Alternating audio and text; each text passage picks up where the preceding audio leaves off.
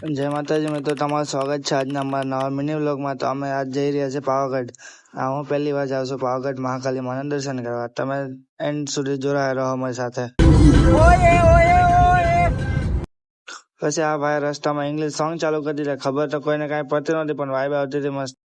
English સોંગમાં આ ભાઈ મજા ન આવી તો એ ભાઈ ચાલુ કરી દીધી કેરમની ગેમ, અને પાછળ કે अरे आग लगा चाहे बस्ती में बाबा तो रहता मस्ती में। અમે બધા સવારમાં 5:30 વાગ્યામાં વહેલા નીકળ્યા હતા। તો ચા પાણી નાસ્તો કર્યો નતો, તો પછી અમે ઉભા રહીએ ખેટલા ઉપર ટી સ્ટોલ ચા પાણી કરવા માટે, જે વડોદરા પાસે આવેલું છે।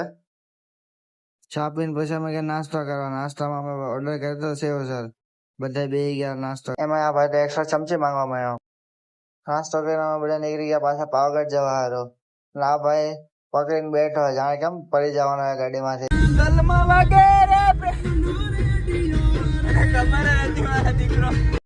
પછી તો આ બધા ભેગા થઈને સનસ્ક્રીન લગાવવા માંડ્યા।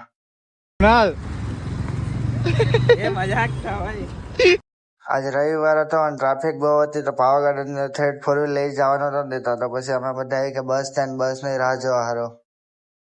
માંડ ધક્કા મુક્કી કરીને અમને જગ્યા મળી।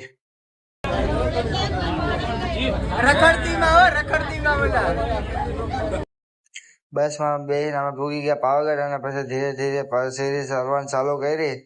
પગથિયા હતા બહુ બધા, પણ મહાકાલી માના દર્શન કરવા પગથિયા ચડવા જરૂરી। પગથિયા સરીને થાકી ગયા હતા। હજી ઉપર જવું તો હજી તો જેટલું સર્યા ને એટલું તો હજી બાકી હતું। ફાઇનલી મિત્રો અમે ગેટમાં પૂગી ગયા। 1.5 કલાક હાલ્યા પછી અમે બધા સંભલ બંબલ સાઈડમાં કાઢ્યા।